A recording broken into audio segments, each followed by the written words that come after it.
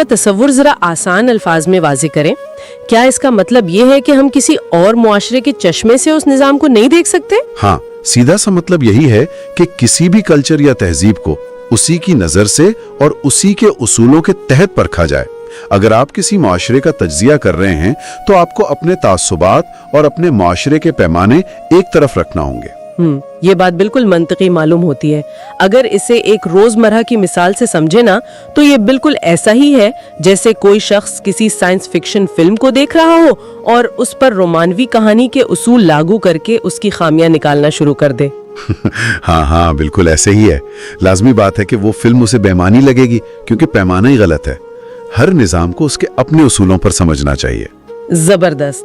تو ناظرین، یہاں آپ کے لیے ایک سوال چھوڑتے ہیں. کامنٹس میں ضرور بتائیں کہ کیا کسی بھی معاشرے کو سمجھنے کے لیے اس کے اپنے نظریے کو سمجھنا سب سے ضروری ہے؟ کیا بیرونی پیمانے ہمیشہ حقیقت کو مسخ کر دیتے ہیں؟ یہ ایک بہت اہم سوال ہے دیکھنے والوں کے لیے. اچھا، یہ تو بات ہو گئی کہ مطالعہ کیسے کیا جائے. اب ذرا اس نظام کی جڑوں کی طرف چلتے ہیں. اسلام سے پہلے کا عرب معاشرہ کیسا تھا؟ کیونکہ عام تاثر تو یہی ہے نا کہ سارا عرب بس صحرا میں رہنے والے خانہ بدوشوں پر مشتمل تھا. دیکھیں، یہ ایک بہت عام لیکن بہت بڑی تاریخی غلط فہمی ہے.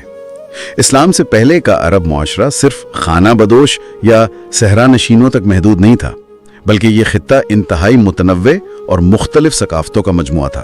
واقعی؟ مطلب صرف صحرا نہیں تھا وہاں؟ بالکل نہیں. اگر ہم اسے جغرافیائی لحاظ سے تقسیم کریں تو جنوب کا علاقہ یعنی یمن کی طرف بالکل مختلف تھا. وہاں کے لوگ مستقل آباد تھے، باقاعدہ